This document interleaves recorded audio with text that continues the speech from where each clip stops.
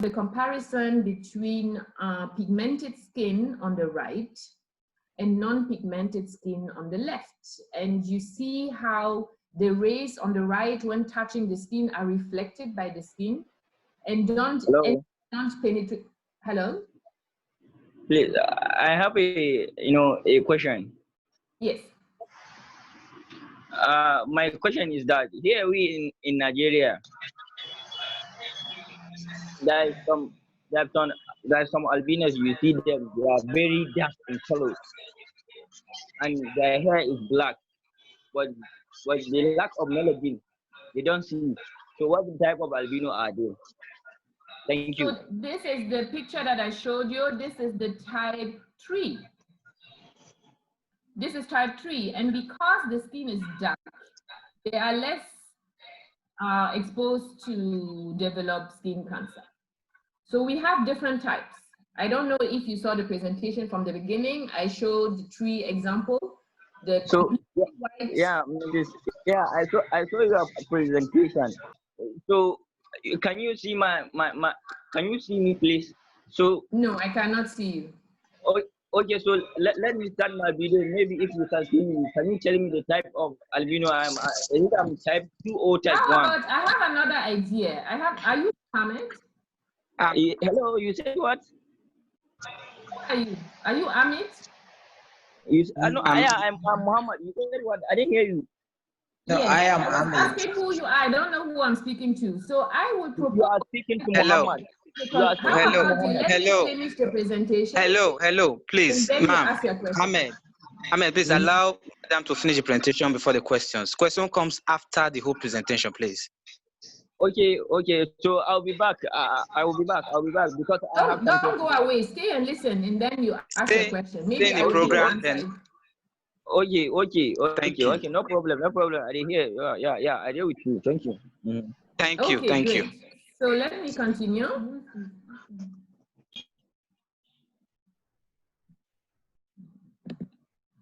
Okay, so I was showing 2 examples of skin on the right with pigment, on the left without, and what you are supposed to see is that the melanin that the skin builds or is supposed to build acts like a filter and reflects the sunlight. So if that doesn't happen, then the skin can just enter the skin, the sun rays can just enter the skin and cause the sun damage.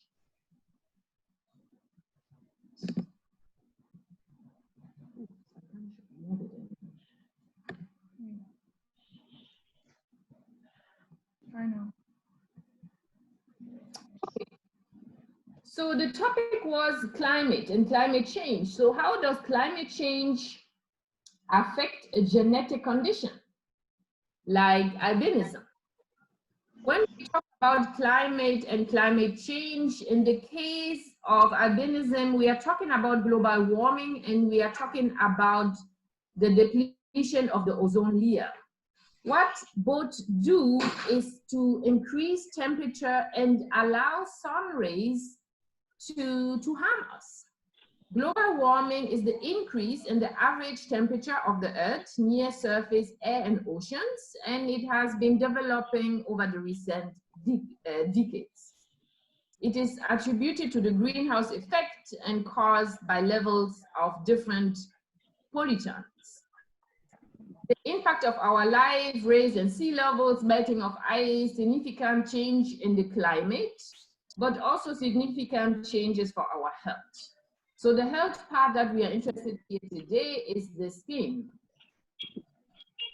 One moment, I don't know why I see that. Okay. So assessments by the United Nations Environmental Program project increases in skin cancer incidence and sunburn severity due to the ozone depletion at least the first half of the 21st century. So they say because of the ozone depletion, we will see automatic increase of skin cancer in the next decades to come.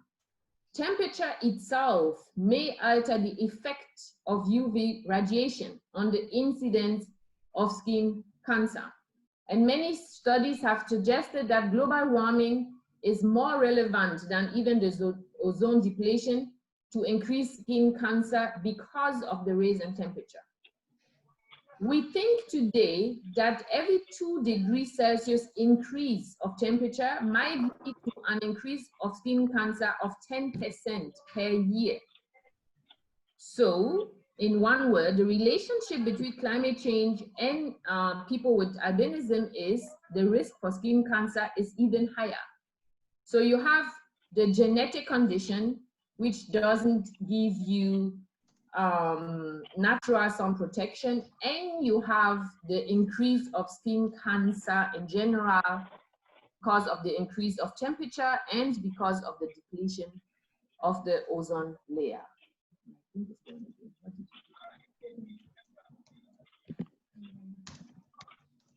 Okay, so what happens with the skin and the sun? So the solar radiation here, you see UVA and UVB. These are the 2 ones that we are mainly concerned about. You see the epidermis, which is the upper layer of the skin, the dermis and the hypodermis. So they enter the epidermis and the dermis and cause sunburn, photoaging, and skin cancer. So sunburn means the sun shines on you till your skin burns. When you're a person with albinism, it means your skin cannot tan because you don't produce melanin. And that means every time the sun shines, it can lead to a burn. White people who can tan or black people who have increased melanin anyway, even if they burn, they will tan, they will get darker, and the next exposure to sunlight will protect them from further burns. But if you live in Africa and you are exposed to sunlight every day without any protection, and you do not produce melanin as a response to the sunburn, you will burn every day. And this sunburn accelerates skin aging and will then lead to the majority of cases of skin cancer years later. So this is the burn. Then we have photoaging. Photoaging means accelerated aging of the skin through sunlight. So the photo stands for the sunlight. So what do we see on the skin? We see dryness, we see fine wrinkling, yellowish discoloration, we see thickening of the skin, making the skin look like leather, and we see telangiectasia. These are dilated blood vessels. We see it most often, like on this picture, at the neck, because the rest of the body is covered with clothes, but the neck is always exposed to sunlight. So the neck, the hands, the arms, the skin looks older than the rest of the body because of this photoaging. So here we have 2 ladies, they have the same age. On the left, we have a person with albinism. She is 43 years old. And on the right, we have a 46-year-old German. So both show changes of sun damage of the skin, but you can see that the person on the left looks so much older than the person on the right. Because the German lady, she will tan and maybe burn again after months or next year. So, and the accumulative damage of the skin will then, of the sun will then show on the skin, like on our 43-year-old patient on the left. So photoaging is more cosmetic, sunburn can be painful, but the main problem that we are having is skin cancer. Sun rays cause more than 90% of all skin cancers. The most common skin cancers are squamous cell carcinoma and basal cell carcinoma. And we see them on the sun-exposed areas, the face, the neck, the ears, the forearms, and the hands. White people and people with albinism are the most affected. Black people are the least affected because they don't have an absolute protection, but compared to white people, they have a relative sun protection through the skin color. So in people with albinism, the common age is 30. By the age of 30, 25% numbers vary between 20, 25, 26, of people with albinism will have developed skin cancer, and additional skin cancer is expected. When these cancers are caught promptly, fast, before they have time to spread, they can be successfully treated. So it's not like having skin cancer is a dead sentence. Skin cancer can be treated. The main problem we see is that patients often come late when it has had time to infiltrate bones, blood vessels, lymph vessels, and migrate to other body parts or organs. Especially in squamous cell carcinoma, we have warning signs. These warning signs are called solar keratosis. And if everybody, and with everybody I mean people with albinism, but also doctors, nurses, whoever could recognize solar keratosis and seek treatment at that moment, then skin cancer will not even appear. So what do actinic keratosis or solar keratosis, is the same thing, look like? They are like small reddish thickening, irregular, with an irregular rough surface. A sore that never heals. A sore, you don't know, nothing happened, and then it heals and it comes again and it comes again. We see it on the same sun-exposed areas, the face, the back of the hands, and the scalp. So these lesions, like shown on this picture, this is not skin cancer, but this is a solar keratosis, which could turn into skin cancer if not treated. And I'm not talking about the brownish lesion on this face. I'm talking about the red one, the one which looks like a sore, as if the person scratched herself. So if these sores, if this actinic or solar keratosis are not treated, then they develop into cancer. So on this picture, this is a very beautiful picture which shows you not only actinic keratosis and skin cancer on the right, but it shows you how the difference on this person, you see the difference between completely white, unaffected skin below the waistband and the red sun-damaged skin with cancer and actinic keratosis on top of the waistband. And what separates the good skin from the bad skin is exposure to sunlight. So the waistband, this is where normally the belt will be, and the buttocks are covered with dresses or trousers. In this case, it's a male with trousers, so they don't see sunlight, these places, and they look perfect. So this picture illustrates how sunlight is the enemy #1 for the skin of people with albinism. Can have changes on the lips too, and when we are going to talk about sun protection, it's important that the lips are included. So on these pictures on the left, we see something called actinic cheilitis. So we have inflammation of the lips caused by constant exposure to sunlight. So sun damaged lips. On the right, it's another person, it's not the same person. On the right, we see how this could develop into skin cancer. So in brief, early detection and treatment is important to avoid further destruction and death. So what do we need to do? We need regular skin screens to look for actinic keratosis, to look for skin cancer. People can do self-screen. They need to learn how to look at themselves and differentiate some dry skin from actinic keratosis or even skin cancer. And people need to seek medical care. Many people think, oh, it's cancer, I will die. No, it's cancer, it can be treated and you continue your life. So the skin screen should be done by medical professionals. The earlier the treatment, the better the outcome. Cancer is treatable. So what do we do as treatment? Ideally, surgical procedures. Sometimes this is not possible because of the number of lesions or because of the location of the lesions.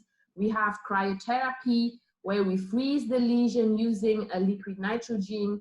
We have different creams that can be used. We have radiotherapy that can be used, depending on the quality, on the extent of the actinic keratosis or the skin cancer. So let's come to the main thing, the skin care for people with albinism. Albinism, I said it before, is prevalent in all countries and on all continents, but in Africa, we see the highest prevalence of skin cancer because of the omnipresence of the sun. And that's why when we talk about how do I take care of skin when I have albinism, the answer is sun protection, mainly. Yeah, skin care means sun protection when we talk about people with albinism. Here is a slide to show or repeat again what are the problems. So the sun damage caused dryness, sunburn, photoaging, and skin cancer. And the solution is moisturizing to fight the dryness, sun protection to avoid all the rest, screening to look for already damaged skin, and immediate treatment as soon as we find something that is worth treating. So the dryness, sun-exposed skin gradually loses moisture and essential oils, and that makes it appear dry and flaky and causes itching. So what can we do against that? We should know that hot water and showers increase dryness because it removes the small quantity of oil that is on the skin. Same thing for harsh soaps and daily scrubbing, especially in our areas where we like this harsh sponges. We are removing oils from the skin. After every bath, we need to replace these oils that we have removed with moisturizers. What shouldn't we do? Hot baths, harsh soaps, harsh sponges, and detergents added to bathing water. Dettol, Savlon, just examples of detergents that we use a lot in Ghana. If they are added for no good reason, a good reason would be that the water is really dirty or infected, they remove oils from our skin. They make dry skin even drier. What should we do? It doesn't mean you have to bath with cold water, but it should be warm, not hot. We need gentle cleansers. We need soaps that can respect the pH of our skin to not increase the dryness. Instead of harsh sponges, we can use soft sponges. And we need to apply emollients, ideally on moist skin. If I want to fight dry skin, I don't need to dry it completely with my towel by rubbing it till it hurts before applying the skin. Just tap with the towel gently and then apply your moisturizer, because emollients and moisturizers, what they want is to trap water inside your skin. So you don't need to remove it completely. So moisturizers, they work by forming an oily layer on the top of the skin that will trap the water inside. Depending on how dry your skin is, we are talking shea butter and Vaseline. But if it's drier than usual, then we can add glycerine, urea, lactic acid, lactate salts, alpha hydroxy acids, depending on the degree of dryness. And if we have an acute sunburn, then we should avoid acids at that moment because it will dry more. But a person with dry skin needs to moisturize at least every time he takes a bath. So, but our main problem is the sun. So our main solution is sun protection. Here is a summary of what needs to be done. We need shade. Number one shows us a parasol. If you have an activity that forces you to work outside in the sun, a parasol, a hat might give you shade, especially hats give shade to your face. We are talking sunglasses, we are talking clothes, and we are talking sunscreen creams for places that we cannot cover, like our face or our hands. Okay. So universal precautions against sunlight exposure should be introduced early in childhood. There are still parents today who put their babies with albinism in the sun, hoping they will get used to the sun. They will not get used to the sun and they will burn till the end of times. So they need sun protection from day one. Minimizing of outdoor activities, not the whole day, but during the peak sunlight. We are talking 12 to 3 p.m. This is when the sun is the hottest outside. wearing of protective clothing to cover as much of the skin as possible. And we are talking use of sunscreen. Protection from the sun must start at birth and continue throughout life. It is a medical impossibility for people with albinism to tan their bodies, and that's why they will never get used to the sun. They will also have to do something actively to protect themselves. So limitation of sun exposure: avoid midday sun, seek shade as often as possible. For farmers, start work earlier so that during the hot periods of the day, you can rest or resume your day or stop your day. Use parasol for outdoor jobs, like if you have to sell things outside, like this ladies on the market. Protective clothing: white or light clothing which reflects sun. There are sun-blocking clothes with densely woven breathable synthetics. We might not have that, but cotton will do. Long sleeve to protect our arms and legs, long skirts and trousers. And clothing ideally must protect the neck area too. Then we have the hats. A white hat can cover the face, the ears, and the neck. And if you look at adult people with albinism, this is where the face, the ears, and the neck, this is where the skin looks thickened, because most people sunlight.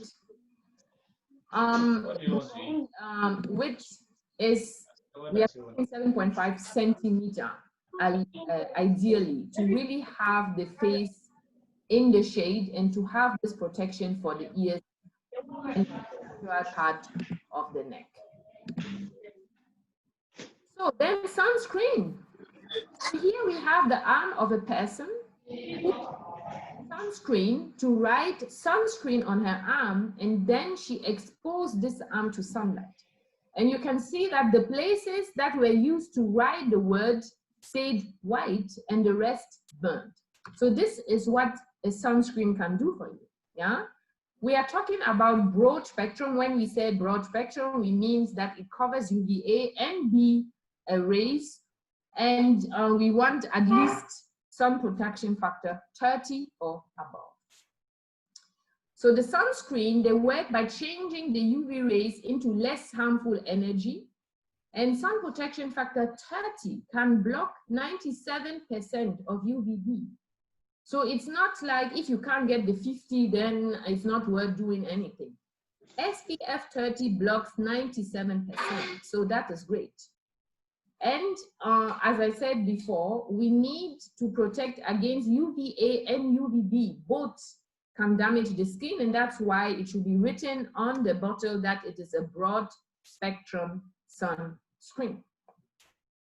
The cream should be applied 15 to 30 minutes before leaving the house on dry skin.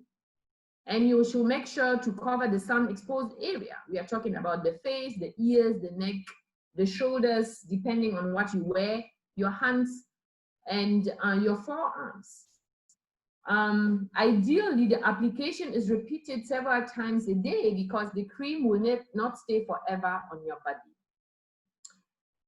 We are fortunate in Ghana, and I'm sure in African countries too, like Tanzania, to have our own sunscreen. It's called Mela Protect. It is produced by Engage Now Africa.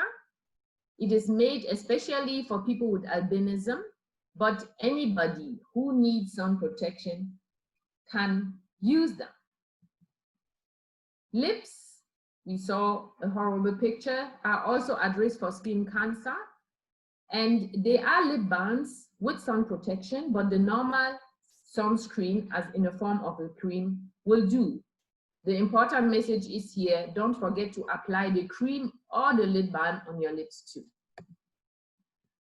Then the photophobia, the damage of the sunlight, doesn't affect only the skin, but the eyes too.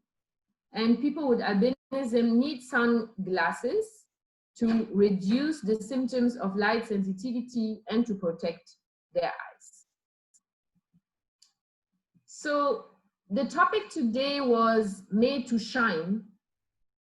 And this topic was chosen to highlight the qualities of people with albinism around the world. People with albinism stand out in many ways, as proven by an enormous amount of work and success stories highlighted in the news and other media in recent years. And we all need role models to know that everybody can do it. Here is just a small list of artists, celebrities, and professionals with albinism who were not stopped by their conditions and were able to excel in different activities of life. But it's not about being a celebrity. Shining can also mean facing and fighting daily discrimination at school, at work, or in the neighborhood with resilience and pride, like this small little boy among his classmates. To be able to shine, we need adequate healthcare, employment, education, and justice for people living with albinism. Let's celebrate the International Albinism Awareness Day today and every day. Thank you. No, they don't see me. They see me. Thank you very much, Doc. This is a wonderful presentation, and I must admit, I always learn from your presentations, and I do same when I have the opportunity to present to others. This is very wonderful, and I hope all other participants have also enjoyed the presentation and have picked their lessons. Collins, if you can take it from there. Thank you so much, Doc. That was a very fabulous one. Thank you for the presentation. Thank you. And okay, so I'm happy that everyone has learned one or two from this presentation. It was very superb. Please remember that after this whole presentation, that's when we are going to do the question and answer section. So please, Doctor, you stick around with us for some time so that yeah, we can answer some questions after the section. We still have one presentation to go from a psychologist. He's going to be talking on the social challenges, psychological challenges of person with albinism as a result of discrimination and stigmatization. She's going to be joining us in a few minutes. Kwame is working on that. I still wish to welcome those who have just joined us. Thank you for an overall word from all places. Thank you so much. And for the question answer section, when you want to ask, you can use the chat box, or you can just raise up your hand if you wish for us to show your video or to unmute you. So you can raise up your hand. So that you use the chat box, or you should raise up your hand in the Zoom video. Hello. So over to Kwame. Let's take the psychologist now. Kwame, are you ready for us? Yes. Ajay, if you are ready, if you can hear me, please take it from here. We are ready for you to hear you, so you can put your, I'm sure I've unmuted you, I've made your co-host, so we are good to go with Adjeiwa Affram. Adjeiwa Affram is a researcher. I personally assisted her to do a research on albinism, and then she is also teaching assistant at Department of Psychology, University of Ghana, and she's here to present to us the research results that she has done on people with albinism in Ghana, and I'm sure we can apply this in every other country. Ajay, we are here to hear you. Take it from there. Hello, good afternoon. I hope everyone can hear me. Sure. Okay, so like Andrew said, my name is Adjeiwa Affram. Currently, I am a teaching and research assistant at the University of Ghana Department of Psychology. I did my master's in clinical psychology, so I am mostly interested in mental health and the experience of well-being. And I wanted to study this among a group that is understudied in Ghana. So I decided to choose to study people living with albinism. I am currently doing my internship to get my license as a clinical psychologist. So legally, I'm not referred to as a clinical psychologist yet, even though I have the training, probably after the year ends. So this study that I am about to present is from my master's thesis. And because I'll see how my internet goes. If my internet becomes bad, I might have to turn off my video for it. So I'll start to share my screen. Can everybody see my screen? Yes, clearly you can see your screen, AJ. Okay.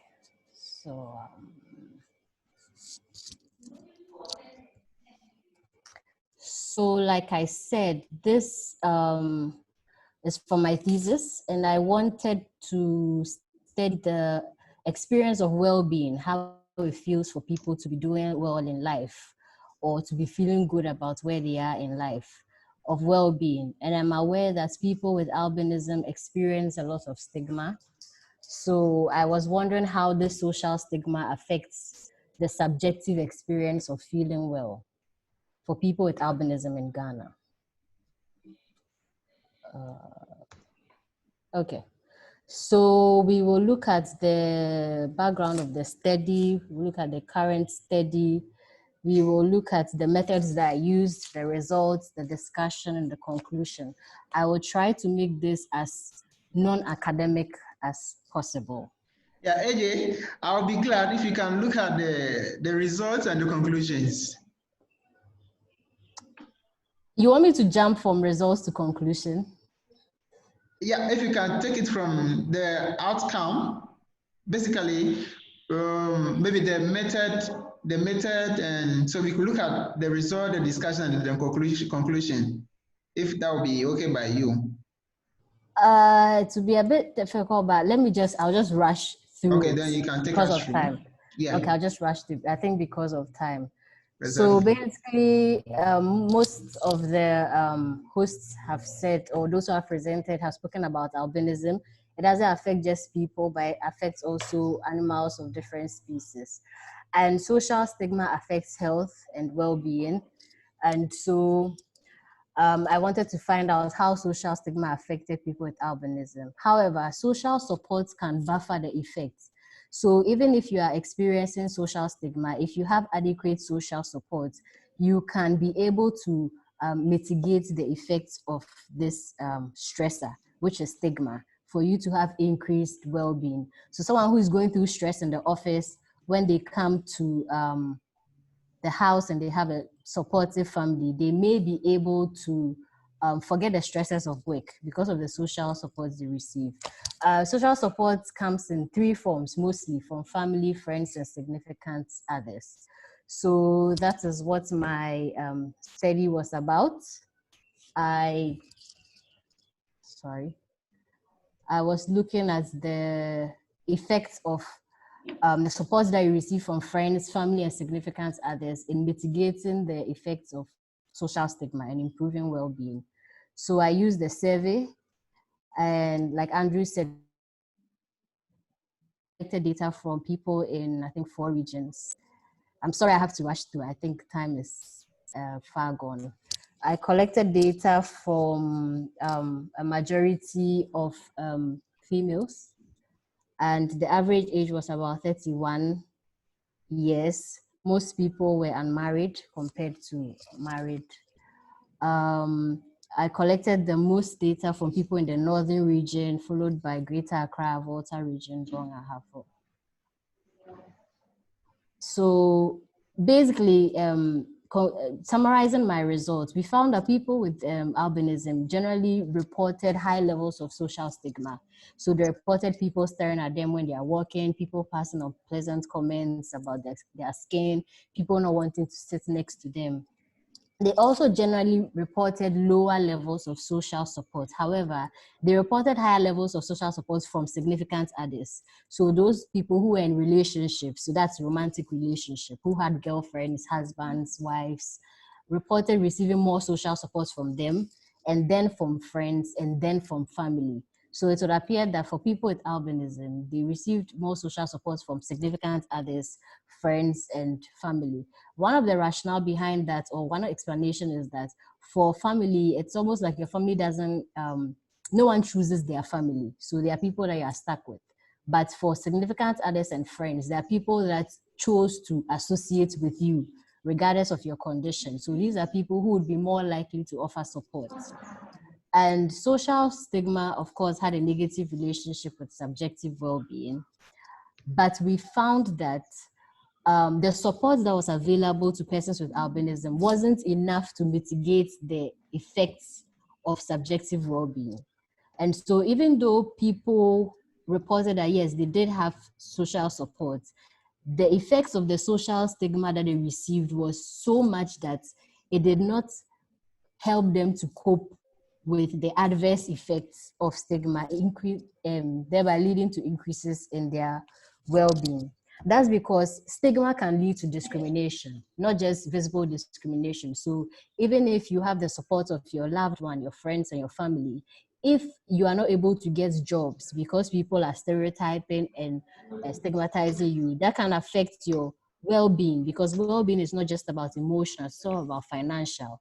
So it would appear that even though people received some amount of social well-being, which is lower than reported in cases of people without albinism, the social stigma was so strong that it wasn't able to be mitigated, or it wasn't able to lessen because of the social support that was received. So yes, and when social support levels, when the level of stress is disproportionately higher than the level of support, you will not find the coping effect. So if someone stresses so much and the person's social support is low, you find out it cannot cancel out. So the social stigma rather overtakes the social support, and it has a negative influence on the subjective well-being. And so at the time that I was doing this research, most of the information on people with albinism in Ghana was from newspapers.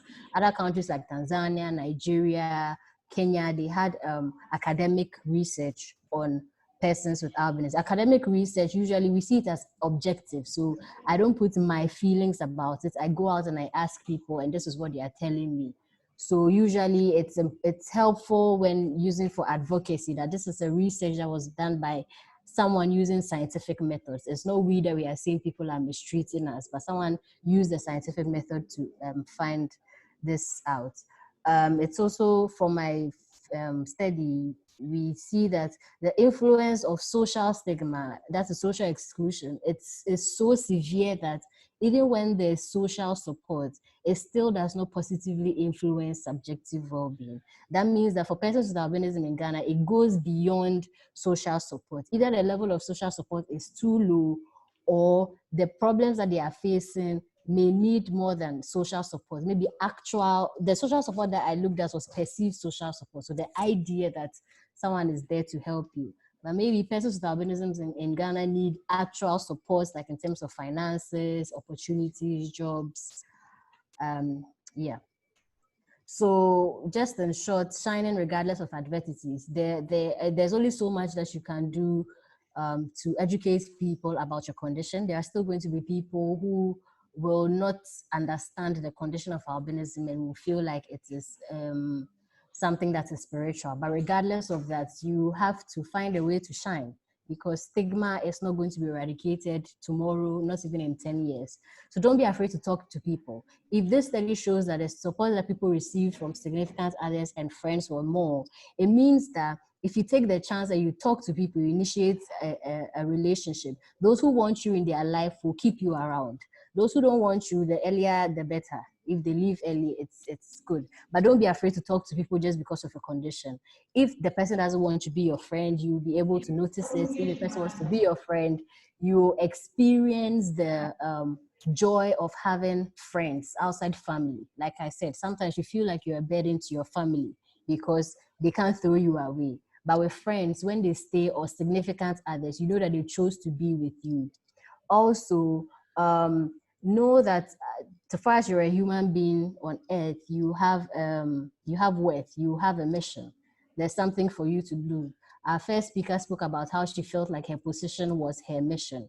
So do not dehumanize yourself. Go out there. I see a lot of beauty pageants, a lot of singing shows. I wonder if people with albinism don't know how to sing, because nobody goes for all these what is the name of the show? I think MTN Hitmaker, yeah, MTN Hitmakers and all those things. Like there are a lot of shows for people to become radio hosts. You don't have to go on a show if you feel uncomfortable being seen face to face. There are a lot of opportunities that you can be behind, like the radio. Keep pushing, keep pushing. When other people see you, they'll be able to know that, oh, okay, this person can do this. When younger people with albinism see you, they'll be able to know that they can do it. Also, when you defy the boundaries, people will be able to know that, okay, so people with albinism can also sing, or they can also dance, or they can also go for beauty pageants. It doesn't mean you have to go to win. Just go for exposure. Put yourself in our faces. The more that we see you, the more that we become aware of you, and we are able to confront your existence.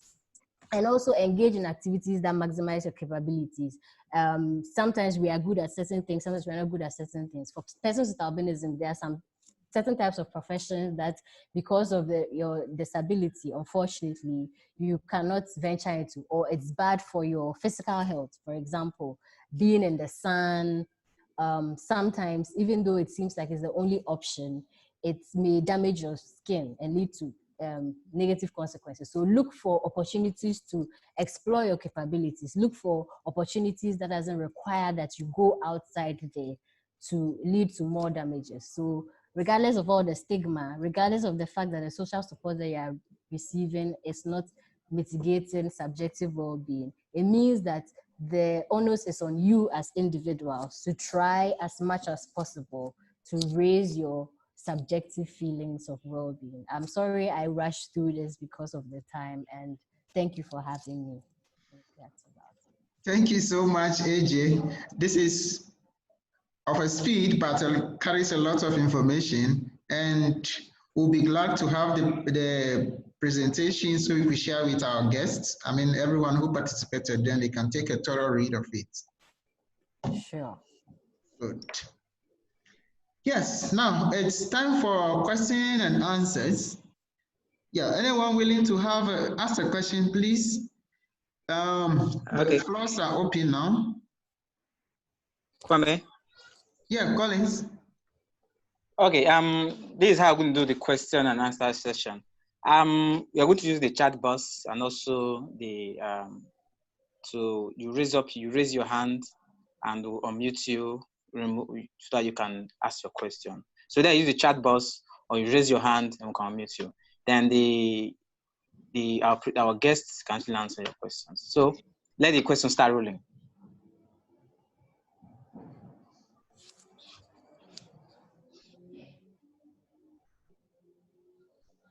Okay, before that, somebody asked in the chat box, what is the best? I'm thinking the person is asking about the sunscreen. So what is the best to use in Africa?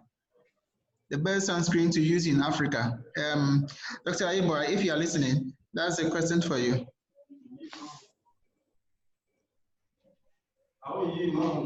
Important for a sunscreen, it should be written that it's broad band and at least SPF 30. Good. The brand is not. What is important is the number written on it. SPF 30 or 40 or 50.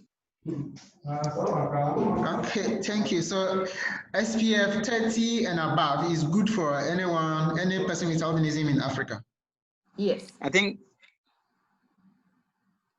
someone is raising his hand now. So let me unmute the person. Okay.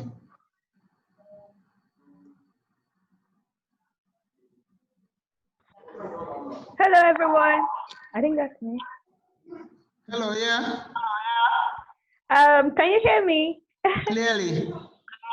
Okay. My name is Ginika Chi, and first of all, I'm very excited to be here. I mean, getting new information about albinism. I do not have albinism, but I feel like I'm very interested in mental health and experience of well-being of people. I'm sorry, I wouldn't be sharing my video. Hope it's not a problem. Not okay. at all, since you're not comfortable with it. Okay, yeah. Yeah, so like I'm actually very concerned about mental health and the experience of well-being of people, because I have strabismus, and you know, when when there was a discussion about stigmatization, I could relate with the whole stigmatization when you look different from people. So, so my question is this. My question is this: how were you able to build a community? I think this for Collins. I don't know. How are you able to get together a community of people who have this condition and get them to chase your goal? I don't know if my question is off. Maybe if it's off, you could answer me privately later. But then if it's okay, I would really like to know because I'm trying to do the same for my own community, and I've been facing some challenges, but I just want to know how were you able to do that here in Nigeria and Ghana? Okay. All right. Thank you for the question. At first, I was ignorant of what albinism was when I was very young. So most times I play in the sun during that time. So I was not aware of the detrimental effect of the sun to my skin. So I fell to skin cancer when I was in my final year in the university. And when I fell to skin cancer, the doctor asked me, "Why were you playing in the sun?" I thought, what's that? What sun has to do with me? He enlightened me on what the effect of sun is on my skin. So he introduced me. He talked about the Abido Foundation in Nigeria here. So I got the contact of the person who was in charge of it. So I attended their meeting. Right from there, I took it as a burden upon myself because after the skin cancer treatment and everything, I never wanted any person in my kind to fall to such hardship anymore. So I took it upon myself to go from schools to schools, go to rural communities, and do enlightenment. Through this means, we got to know so many persons who were hardly hidden and never wanted anyone to know about them.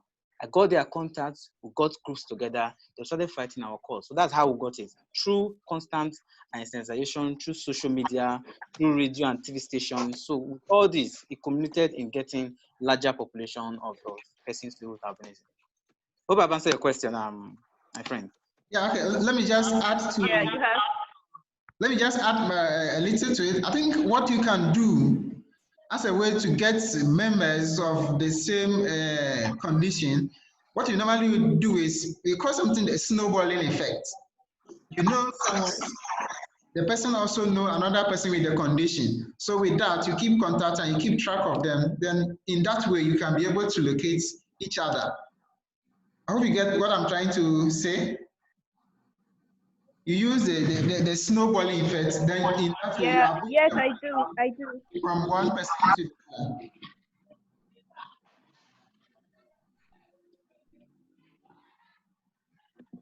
All right, thank you. I think we have a question in the chat box. Let's see. Okay. It says, to be clear that I got it right, sunscreen should be above 30 or having UVB.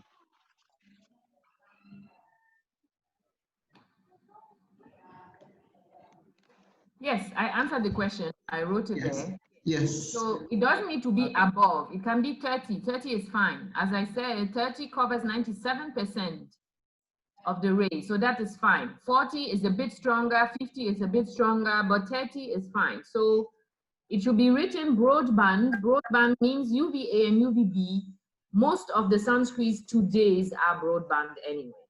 So it's about the number, because some cosmetic products with SPF 10 or 15, like in creams and normal creams, we have SPF 15. So 15 is too little, so 30 is great. Thank you. There's somebody, Hamid.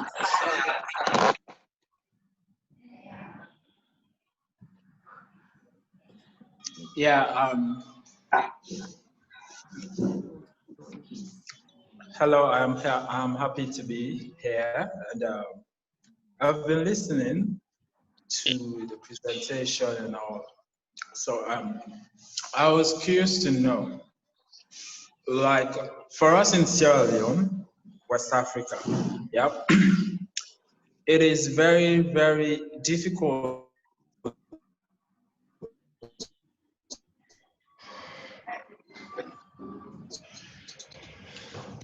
How many sun.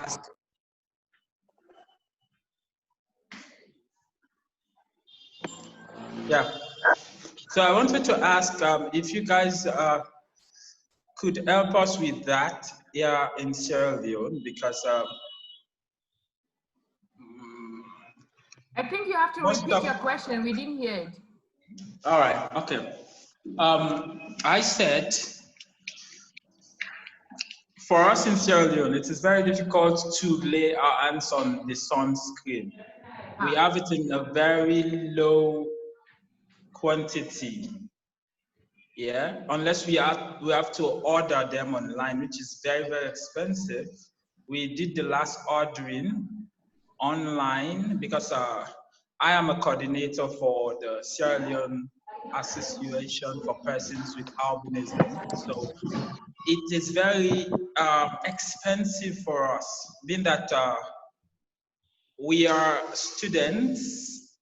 We just decided to come together and see how best we pool our resources so that we could help those that are not going to school, or those that are up country, that are not exposed to education, formal education, and education about the albinism, you know. So we've been doing them. We've been giving them clothes and other wares, sunscreen. So that's our main challenge. We are very, very. Yeah, okay, I think if I can get your question clear, you said the access to something is difficult in Sierra Leone, right? Yes. I think that's the baseline. Yeah, correct. I also wanted to ask another question, but that would be the first one I will ask, because it is very, very important. We have, as of last year, we have 2 of our members that died because of skin cancer. Right now, we are pushing for the government to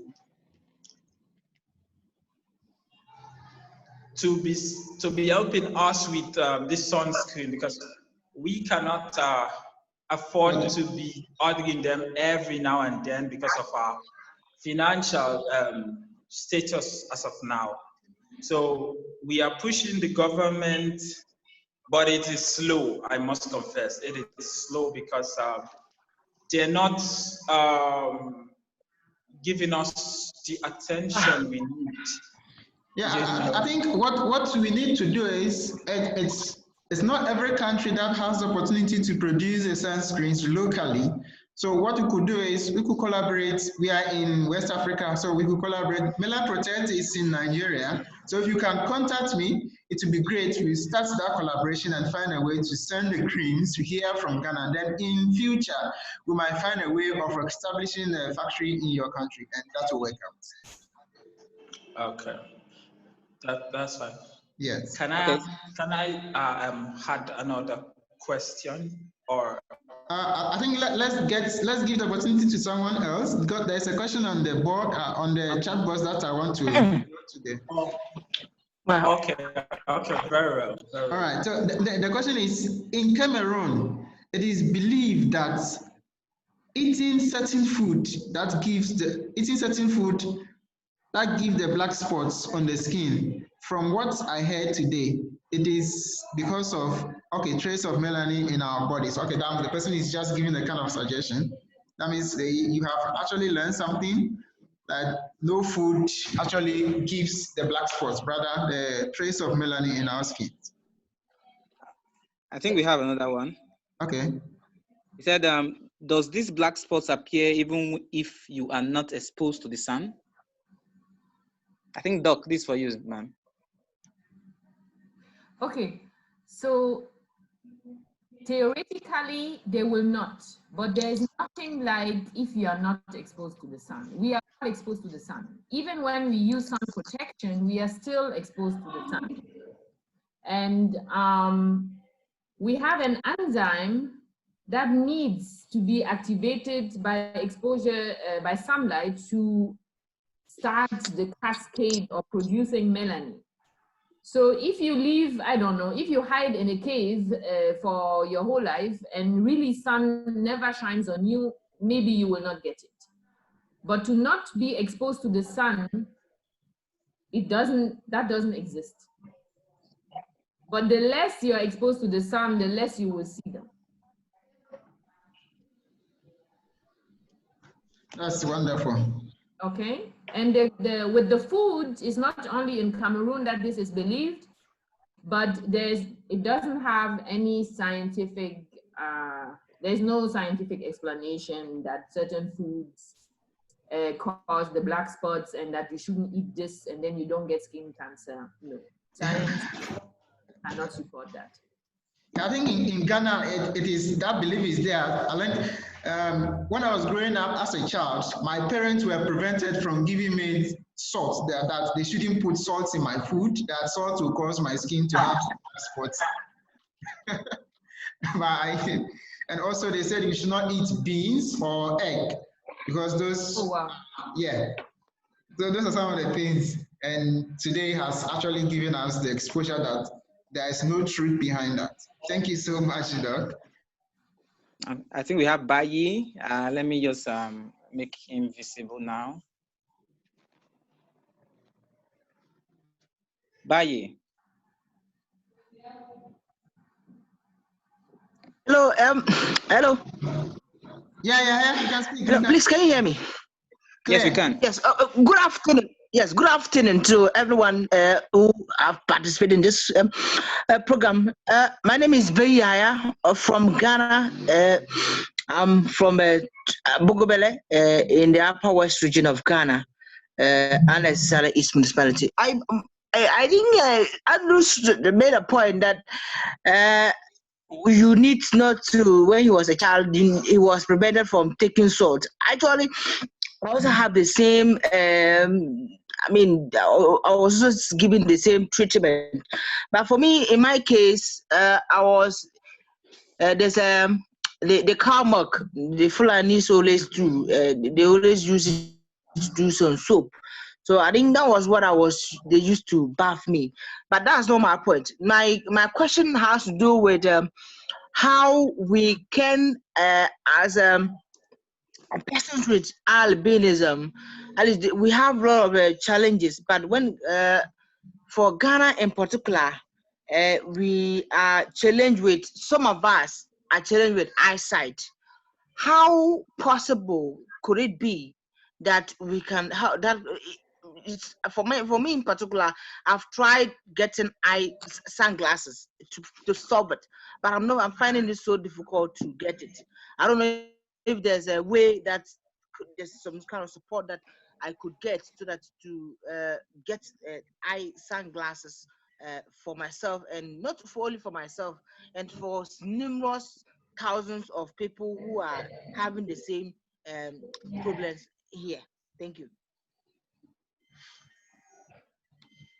Thank you, Yaya. I think Doc will have to address the concern.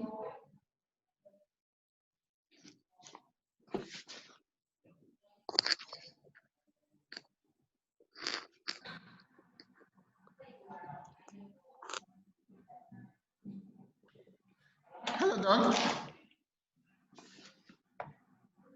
Yeah, if you hear his concern, he is concerned about the vision, and if there's anything that he can do to improve it, the glasses can correct it totally. If you can give a brief about that. So there are different problems with the vision, and it's not as easy as with the skin. So he has to see an eye doctor who will determine which part of his problem can be corrected by normal glasses and which part cannot. So normally what is recommended is anything that are tools that can magnify what you are seeing. Starting, what do you call it? Starting with the magnifying glass. Yes, the handheld magnifying glasses. But if his problem is something that resolved by an eye doctor, I have to refer to an eye doctor. Many of the problems with the eyes don't have a medical solution, unfortunately. But only an eye doctor can determine if glasses can do more than just magnify. Okay, thank you, Doc. I think Ghana has I with them, right? Who can have a look and determine what exactly can be done or not. Yeah. Okay, I think we have the eye specialists in the premises of Ghana Federation of Disability Organization. So yeah, you can just walk into that facility and you'll have your eyes tested. Yeah, to see which part of the problem can be assessed, but there's not just solving the problem. There's nothing like that. Okay, and the main problem is genetic. So some of the aspects are not treatable, okay, but it might be improved. Okay. Thank you, Doc. I have a question. When I walk in the sun, I put on sun protected clothing, I put on my umbrella, but I believe that person with albinism, like me, we still feel the heat of the sun. Does the heat have effect on our skin? Not the ray now. Does the heat have effect on our skin? And is it only the heat from the sun that has effects? We heat from other objects like fire burning, the heat from it or something. Does it have effect on our skin? No. So no. The heat from fire, okay, fire will burn you like it will burn any other person. It will not cause skin cancer. Sometimes certain sunscreens, depending on the consistency, if they are too oily, they can increase sweating and you will sweat more than usual. Or some people say when they use the sunscreen on their face, it makes them look white or they sweat more than usual. So it can be uncomfortable. And there are sunscreens which are oil-free, especially for people with oily skin or for people who complain of feeling heat when applying the sunscreen. But this is a problem that anybody can have when applying any cream. But it's not about feeling hot. I mean, you feel hotter if the sun is hotter. So that's why we even say when we talk about sun protection, we say avoid avoid outside activities during the time where the sun is at its peak. So between 12 and 4 or 12 and 3. But it's not like if you feel heat in a room, that means because the windows are closed and I don't know, there's no air, that's why something is happening to your skin. No. Thank you. Yeah. Great. Yeah, my question has to be like, there are certain days that the sun is not up. You could see that the weather is calm, no sun shining, no heat. Is it appropriate for people with albinism to still go into that kind of weather condition without protection? The sun goes through clouds, goes through the window of your car or your house, and it's not a protection. So if you talk sun protection, especially in Africa, it's not depending on the weather. Okay. Even if it's not a sunny day, the sun is still shining. It's just less bad, but it's still bad. You know? Did I make sense? Yeah. The sun is bad. So it's no difference if you put a bit of poison in your coffee or plenty poison. Poison is poison. Okay? It will just kill you faster if you use more poison. So the sun goes through clouds, even if the day is cloudy and it's not very bright outside, the sun can still damage your skin. Okay. And even if you're sitting in a car, the sun shines through the window and can burn. The sun can burn somebody in his car. Yeah, it's true.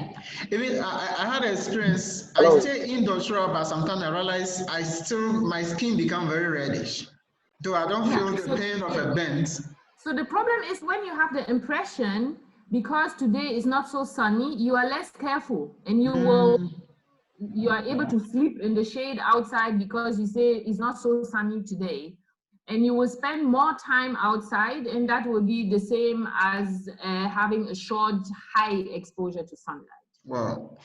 Weather is no protection.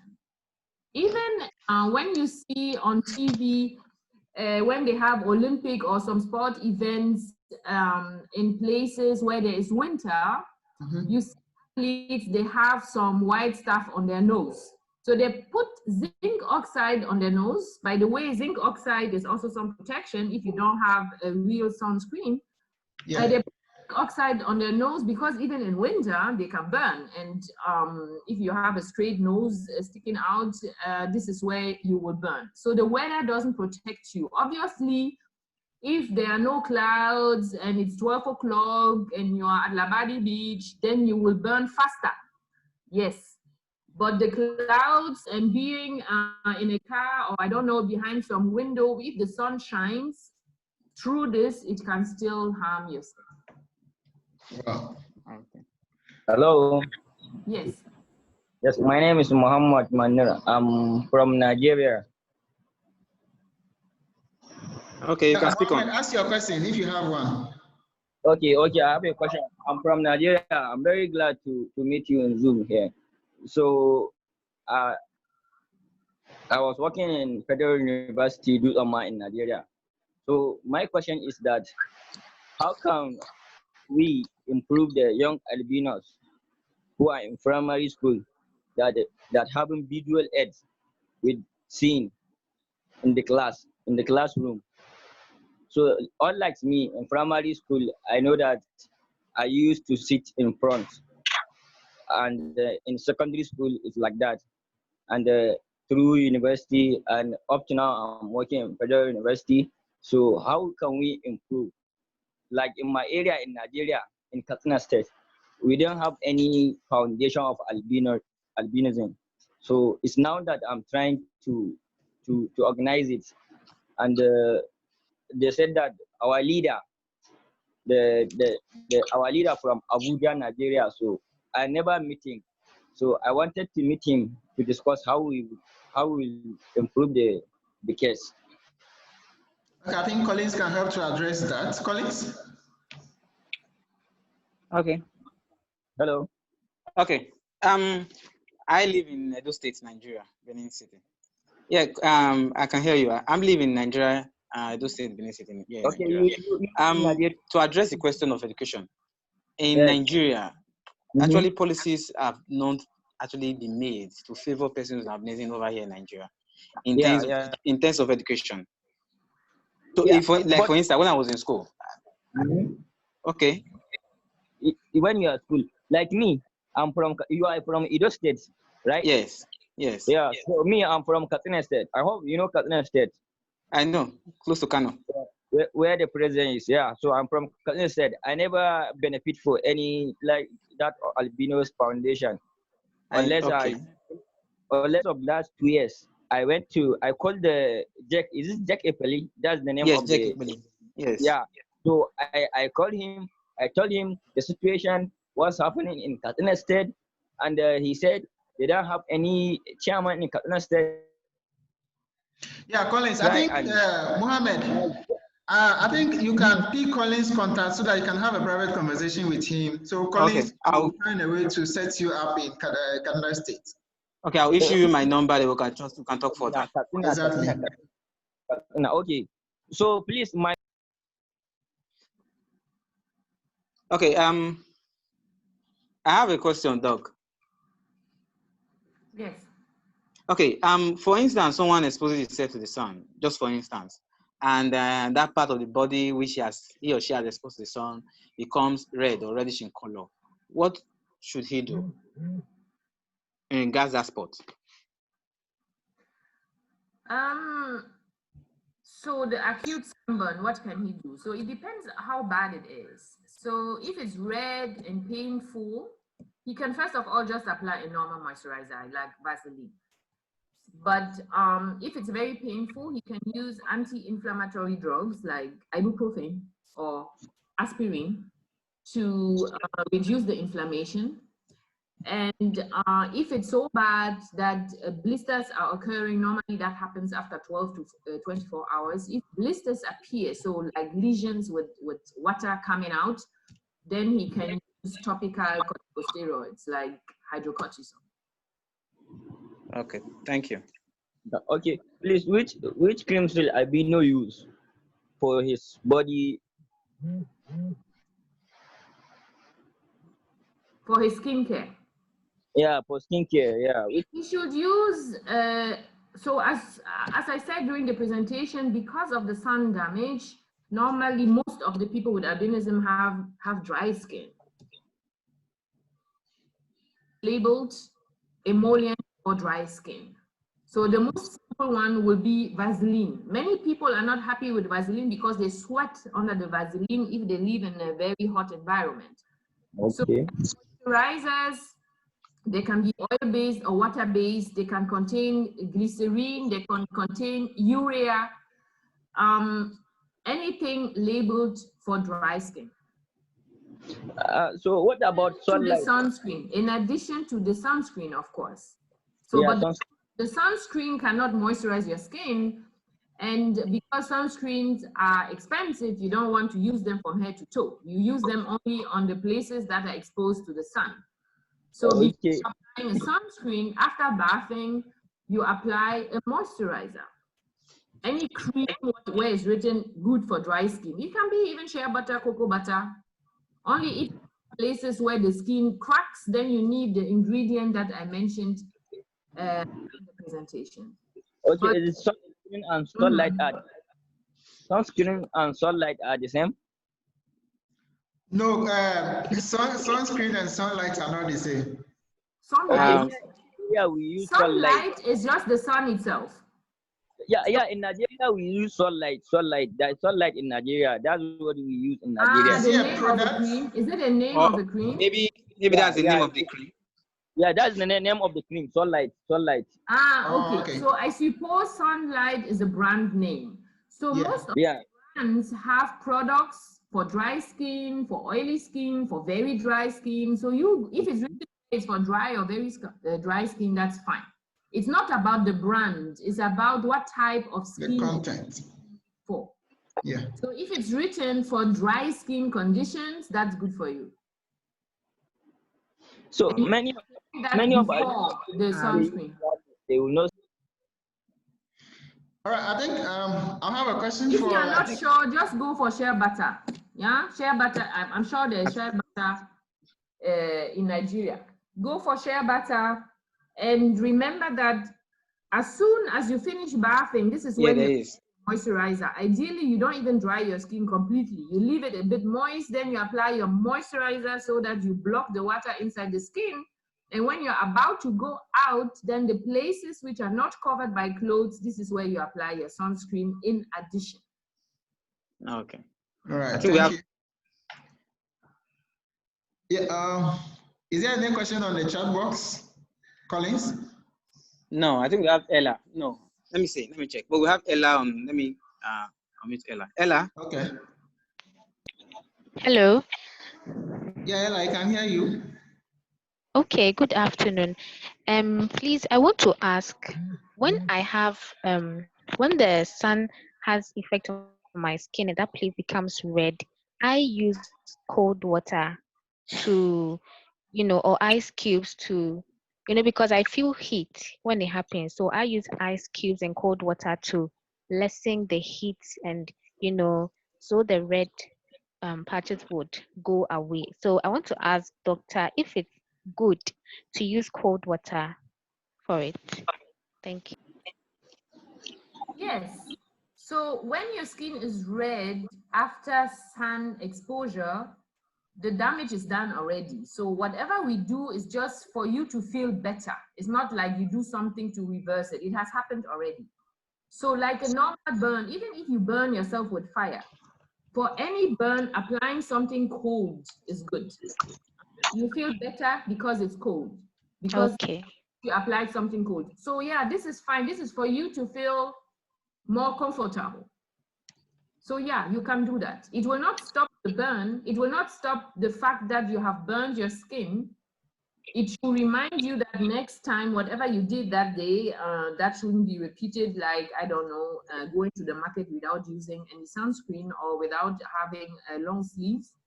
But if yes, something called on hot burning skin makes sense. Okay, thank you. Okay.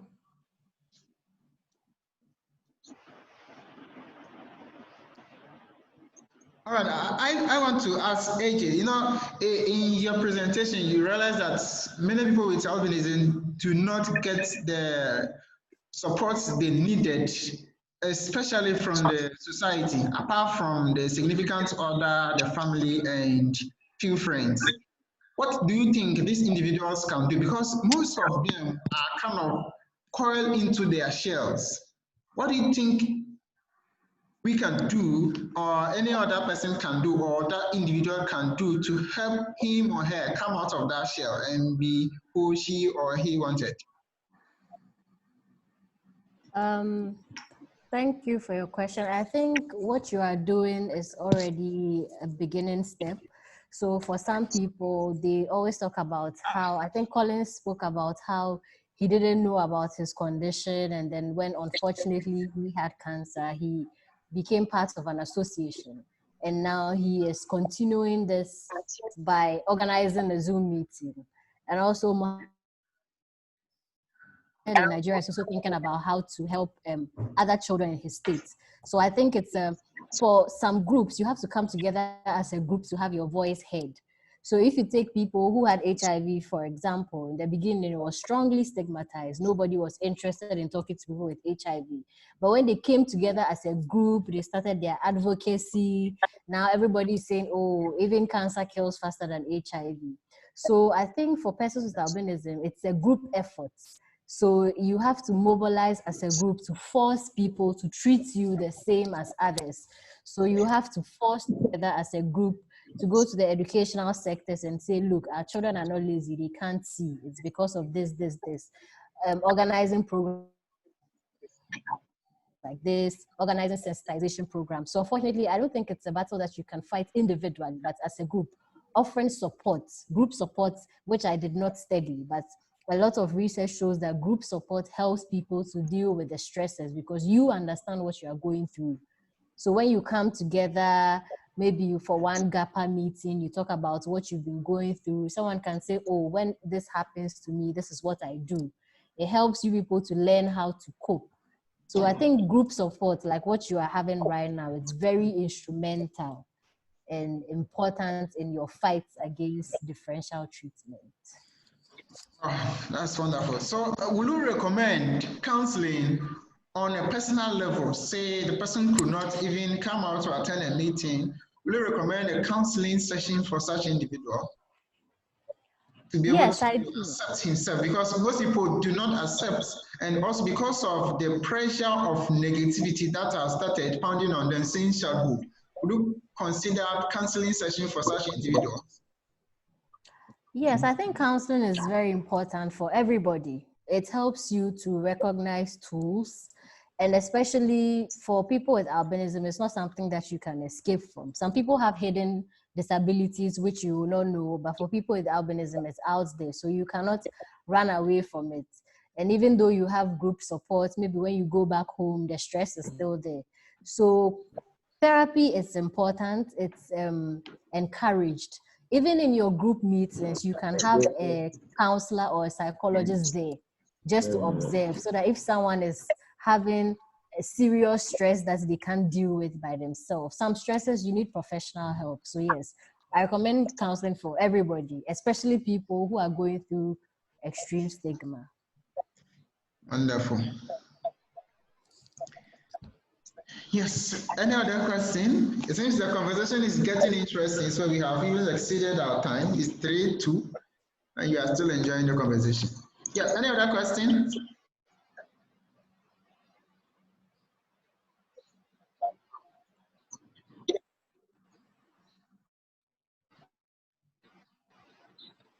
Yeah. Okay, Mohammed, go on.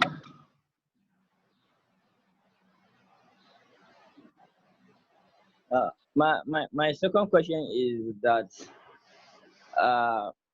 which glasses, when we come back on the video at glasses, I'm talking about the glasses. Please, which type of glasses that albinos supposed to use to see very well? I think that was addressed earlier. You need to visit the eye specialist to be able to prescribe the appropriate glasses for you. Yeah, I know that. So, you know, some of the albinos, even they went there, there's difficult, even they went there, there's the difficult, even they have the glasses, they will not see that very well until they move to the front in the class. Yeah, the problem is our challenge is genetic, and therefore the vision is not totally correctable by the lenses. You can only manage it, and the lenses can only give you a very insignificant improvement. So the only way is we have to learn to manage our vision. The little we have to learn to manage it.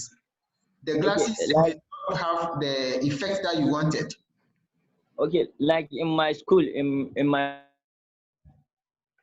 I work in Federal University, so like there are some albinos. So when I see them, I try to have some interview with them. But some they will agree to talk to me, some they will not. Like one of them, I talked with him. He told me that he's studying sociology. I said, what challenges did he have? He told me that the most challenges he had is in the class. So he don't see, and even when he moved to the front, he don't see. And sometimes the lecturers used to talk to him like like a racism. He told me that some of the lecturers, like, they used to talk to him, why do you come to university, you don't see very well, all that things. So he told me that. So for me, I don't have any any any any foundation or any organization to help him for now. So that's why I'm thinking of raising my own foundation with the help of the Jack Feli.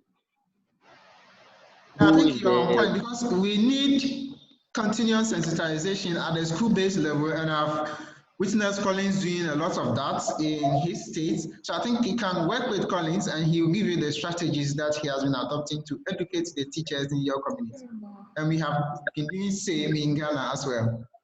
Okay, here in Ghana you have that problem. It's albinism, and albinism everywhere have the same problem. Okay. Mm-hmm.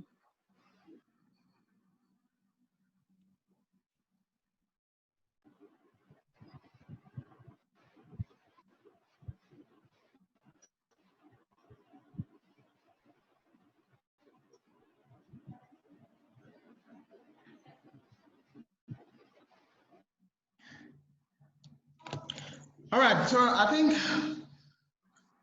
we have not had any questions so far.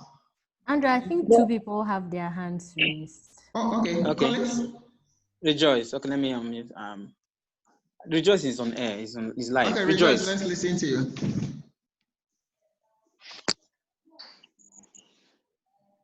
Malabat is also raising the hand.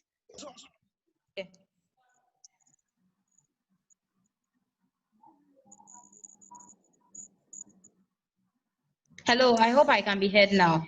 Yeah, you Yes, can. you can. Yeah, I can hear you clearly. Okay. Good afternoon to all. Yeah. My question is about PWA, or persons with albinism, assessing the psychological sessions. You know, the health sector in Ghana does not have the psychologist in all health facilities. So I wanted to know how we'll be able to access these services and the finance involved, since persons with albinism, you know that most of them, or most of us, are not financially sound to be able to pay for certain bills. So how can we get through this? Yeah. Thank you. Thank you for your question. So in Ghana Health Services is trying to employ at least one psychologist in every regional hospital. So if for Accra alone, we have clinical psychologists in Kolebu, 37, Ridge, Lekma, and other hospitals. But the ones I mentioned are the ones that I know of. And I know a lot of people go to Kolebu and 37. So for the billing, most clinical psychologists in Ghana do pro bono work, even though we are supposed to take money for it. But we know that most of our population, not just people with albinism, cannot afford it. So usually sometimes in order to be in the system for your first session, you have to pay. I can't speak about the rest, but I know for Lekma, you pay 50 cedis for the first session. And I think every other session is either 30 or 50 cedis. But for where I work, for example, in Lekma, when you come the first time, if we can see that you can't really afford, we will not turn you away. So the main thing is to take the step and then come.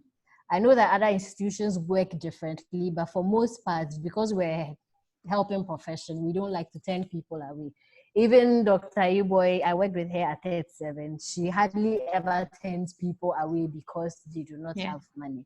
So yes, take the step and then come.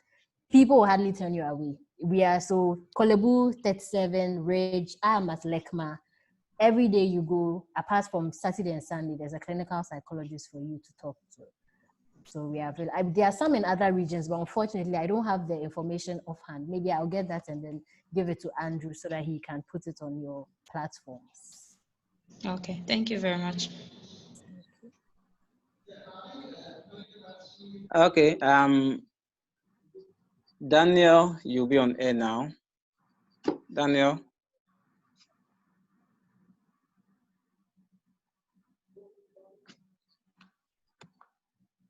Daniel. Yes, hello, can you hear me? Yes, we can now. All right, thank you. Good afternoon. Sorry for joining late. And simply, it's a great opportunity to join to learn more about persons with albinism. And what I want, from the group per se, is to know how they're engaging with institutions, for instance, to continue raising awareness and to help people appreciate the fact that persons with albinism are also quite unique.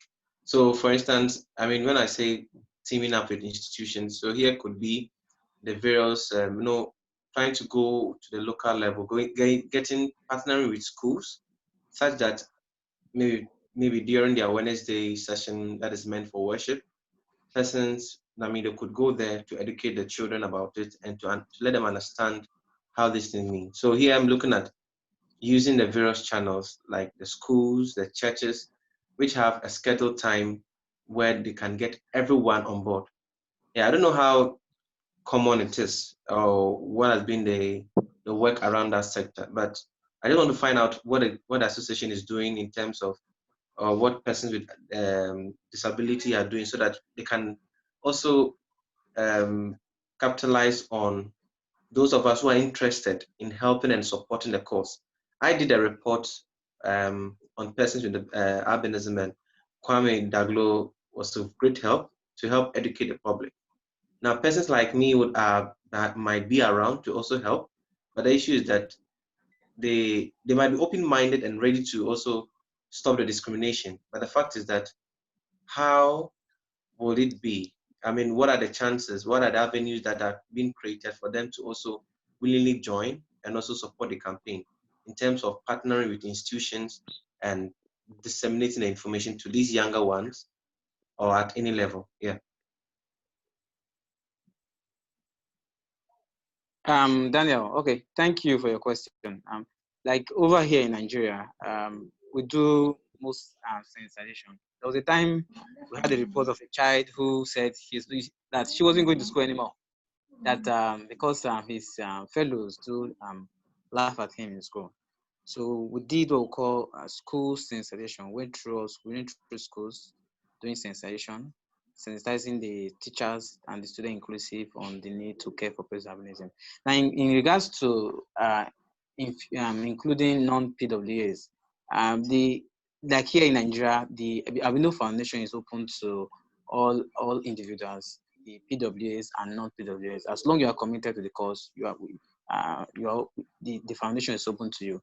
over here in Nigeria, we have so many non-PWDs who are helping us champion the cause. Some like today we went for media outreaches. We went to sensitize through radios and TVs, and these were all funded by non-PWDs. So when in Nigeria here, as long as you have the commitment and the passion to push a cause, then the platform is available for you to join our cause. Danny, I hope I've answered you. Yeah. Okay, thank you. But I also have a concern in relation to, so I'm sharing this experience based on the report I was carrying out.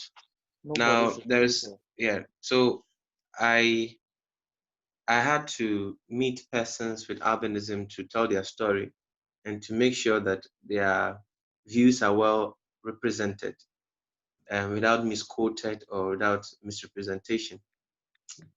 But then I get to meet a person with albinism who told me that he doesn't see and doesn't recognize himself as a person with disability. So he doesn't call himself a person with albinism. So when he told me, I didn't mean to offend him by addressing him about person being with albinism and he sharing his story to me based on the kind of report I was making. But then he openly and continuously hammer on the point that he is not a person with disability, he's not a person with albinism. What he knows that he is a human being, and that is all. And he doesn't believe that he doesn't accept the terms, the labeling and all that. So how are you dealing with that? Because in our quest to support the cause and also make sure that people or persons with albinism or persons with disability also enjoy their rights and also enjoy the things that what we will call the majority enjoy. This is the case that someone doesn't admit the condition, doesn't see himself as that. How does that, how would you treat such cases? And what do you think is the way forward for people who see themselves as such? Okay, Daniel, thank you. I think similar thing happened today, even when we went for the media outreach today. There's a colleague these are personal perspectives anyway. There's some persons who want to be called persons with disabilities, maybe persons with disabilities want to be called persons with disabilities, and there are some who do not want to be called persons with disabilities. The person, my friend gave me an instance when he went to a meeting with persons with disabilities. This person with disabilities were talking about, no person with disabilities, we're talking about people that are blind, deaf, and all sorts. So they were talking about accessibility, how to move around, how to hear, how to see. They were not talking about what actually concerns him, and what concerns us is actually when it comes to skin care and eye care.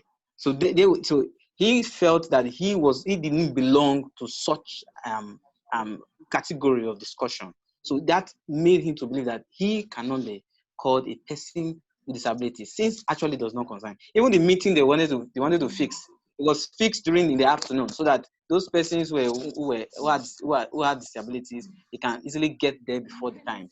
Whereas during this afternoon, we persons with disabilities, we cannot actually be there during the day because of the sun. This disparity has really caused most persons not to accept the term persons with disability.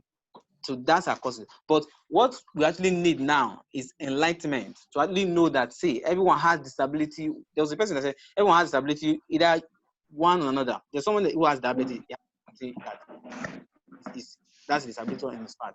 So everyone needs enlightenment to actually enlighten them on, say, this is what you are, this is what you are. Like that person you talked about now, the person needs enlightenment, it needs sensitization. Daniel?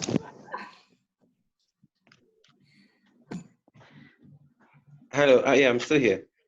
Yeah, I hope I've answered your question. Yeah, so they need enlightenment, and okay. Of course, just to get to know the connection between disabilities and the person with disabilities. Okay. All right, thank you. I think that has to do with the psychology of the person. Can AJ help us to understand how the psychology of individual plays on his personal outlook? Yes.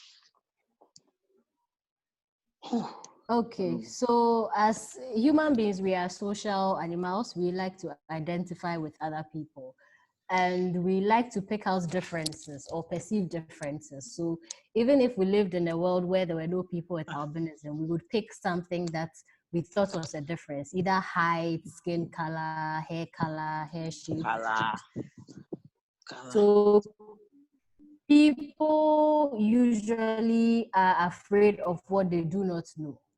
And so if all of us are skinny, why is this one person? So that is why people come up with different rationale for people with albinism. You must be a spirit child, you must be something different. And it is the weight of the stigma. So a stigma is like a mark that we put on people we don't know.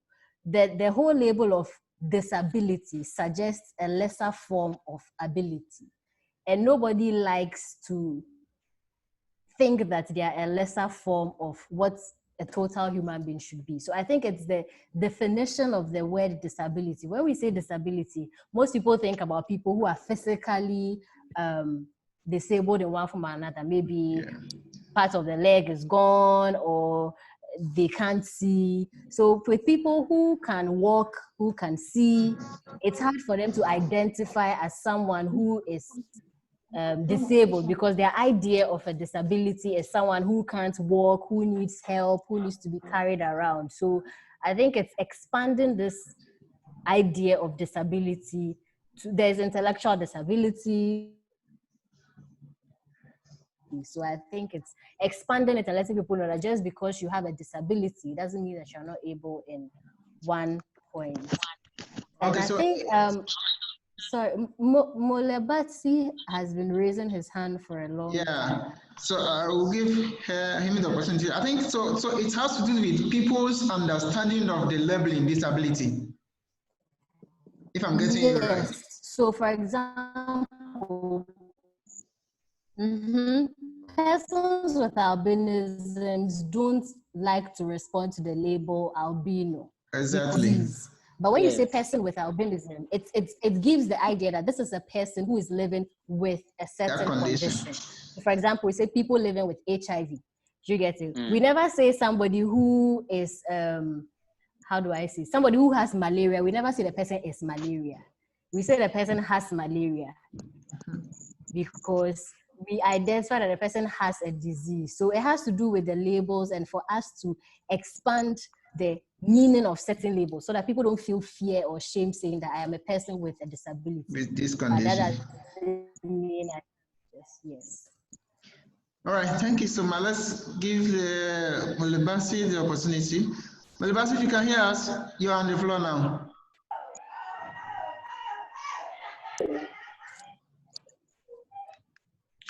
Yes, Molebasi is based in South Africa. My curiosity or my concern is to give our state parties to account, as in many occasions they do have their debate in their parliaments. But regarding this recognition of albinism celebration, it's not tabled as yet. There is not even a message from the AU chairperson, and even regional leaders, they never share anything on a state prime minister or president. So for me, it leaves the gap. And this made to shine. In Africa, we are still attacked, and there are so many things to be done. Are we still gonna shine in the darkness? Because the information, the operation, the accommodation, reasonable accommodation, universal access has never been attended to or been met by African countries. So the made to shine theme is still leaving a gap to my understanding when I'm based in South Africa or in Africa as a whole. So I think there's a need for us to have our own theme based on the regional challenge or based at a state or country based, because some of other things, they impacted us more. As the meaning, it's worth it, but practically, there's nothing to write home about. So I just want to challenge the team that how about we make a formation, parties accountable to have the city that speaks to our needs. Yeah, finish anything too. All right, I'll be short to that effect then. Thank you. Yeah, thank you so much for the concern. I think Africa is still in progress in fighting the right or trying to protect the rights of people with albinism. And it's kind of a baby step. Governments are kind of irresponsive to these situations. But we have to be consistent in our advocacy, and I'm sure we'll definitely get there. So, for example, in Ghana, is mostly you have to work through somebody who can champion these cases, especially those in the decision-making sector. So in Ghana, we have people who support the advocacy, especially in parliament. So that individual makes sure every year he presents a statement on the floor of parliament. So this is putting the issues at the doorstep of the decision makers, and gradually they will begin to understand the issues and then start thinking about how to protect the individuals with the condition. So it's a gradual process, and I'm very hopeful we'll get there. And even the international community, the UN, is also making efforts, moving from country to country, trying to educate the various governments and government institutions to start taking effort or making efforts in recognizing the needs to take care of the various needs of these individuals living in their various countries. So, Welibasi, I'm sure definitely we'll get there one day, but it might not be now, but let's always keep hopes alive. I hear you and I thank you. So the global media must also get in contact with us to share our grievances, because I'm into politics. politics. I think we have a question. Cool. Yeah, Collins, who is next?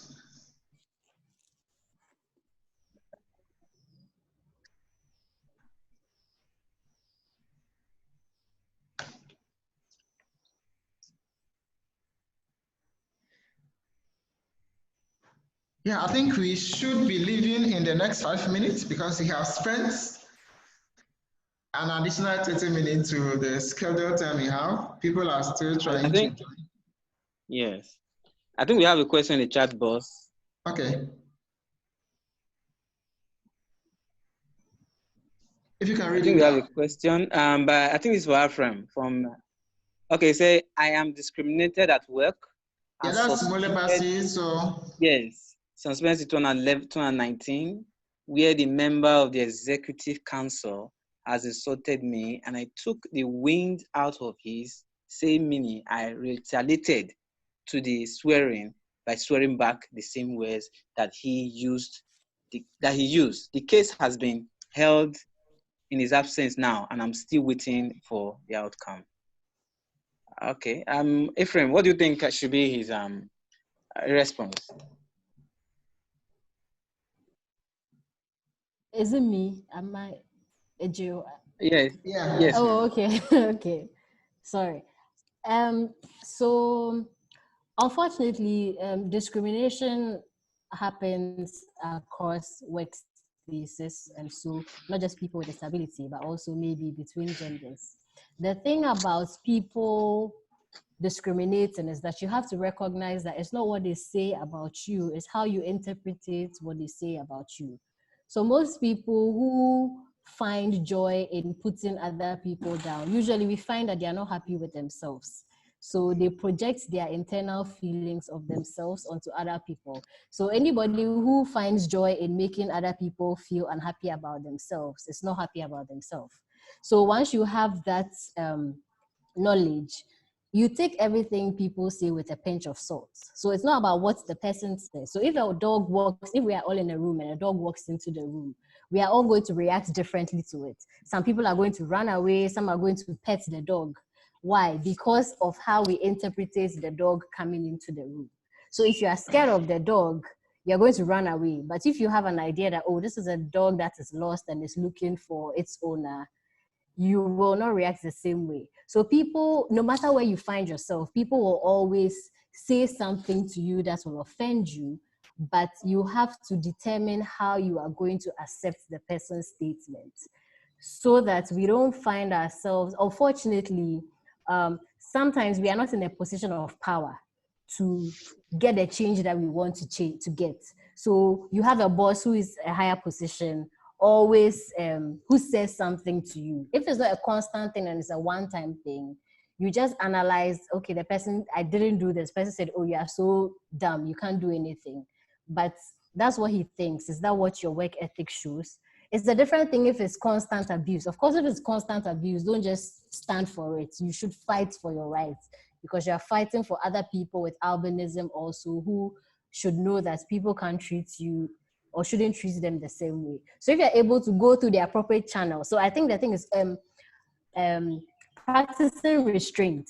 So if the fact that somebody verbally abuses you or physically abuses you doesn't mean that you should repay in kind. Of course, we are just humans and sometimes it's a quick action. But if you can, you just take a step back and you think about what this person is saying. Is it true? This person doesn't know me. I just work with a person 4 hours a day or 5 hours a day. Doesn't know anything about me.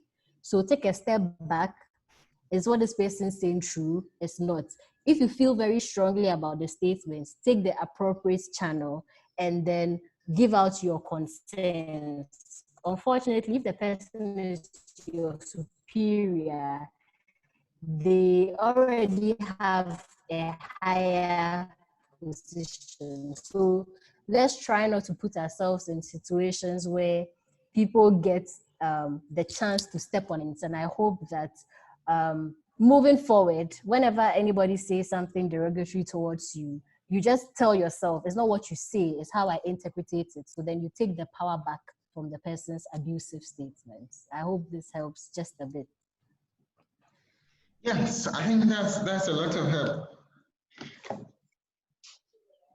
Yeah, so I think we need to wrap up now. So we'll give 1 minute each to our guest speakers to have their final word. Then we can have an end and continue the celebration of the Awareness Day. So, Doc, you've been quiet for some time. If you can give us your final word.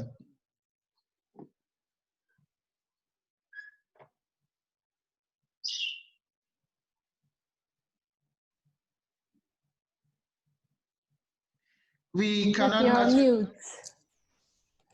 It's like you are on mute, so you have to unmute yourself, then speak. Can you hear me now? Yes. Yeah, now I can hear you. So I was saying, happy International Albinism Awareness Day. Thank you. Healthy, so that everybody gets his time to shine.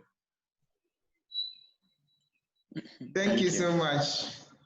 We are actually meant to shine, and each and every one of us has a story. AJ, what's your final word?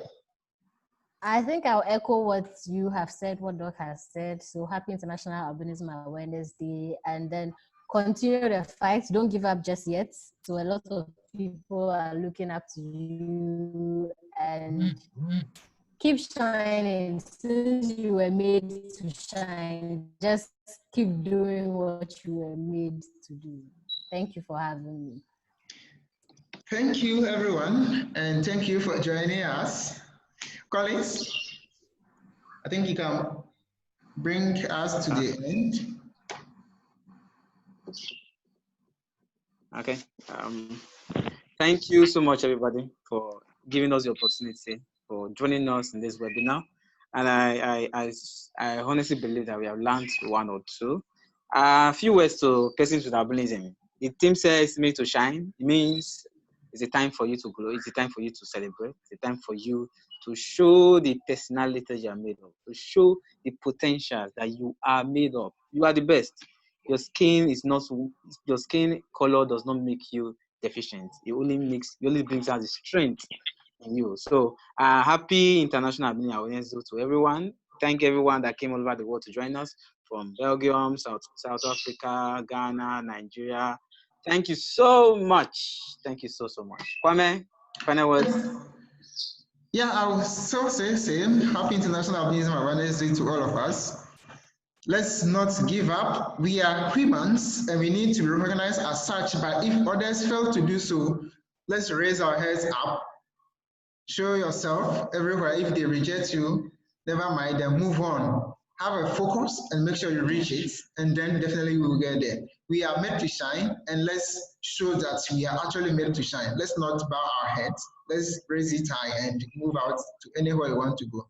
And thank everyone for joining us today. And before we go, this video, I think Kwame, is on record, right? Yes, it's on record. So this video will be made available on several media platforms. Will be available on YouTube.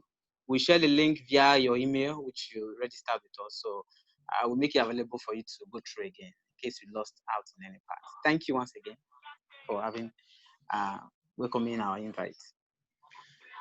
Thank you, and I must say, thank you to AJ and Dr. Aryi-Boi for their time here. It's not easy. We are in uncertain times and things are difficult to come by. For them to have the time to join us on this webinar to present, do the research, I think we have the biggest appreciation that goes to them. We also once again apologize for what happened with IK. Unfortunately, she couldn't join us live, but we had a recorded session with her, and we will make that one available as well to all the participants. Thank you once again, and let's meet some other time.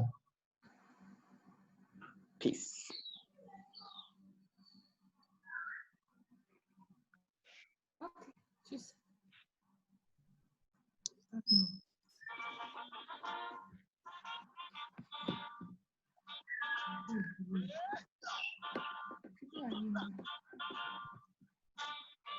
It's down to 13, 12, 11,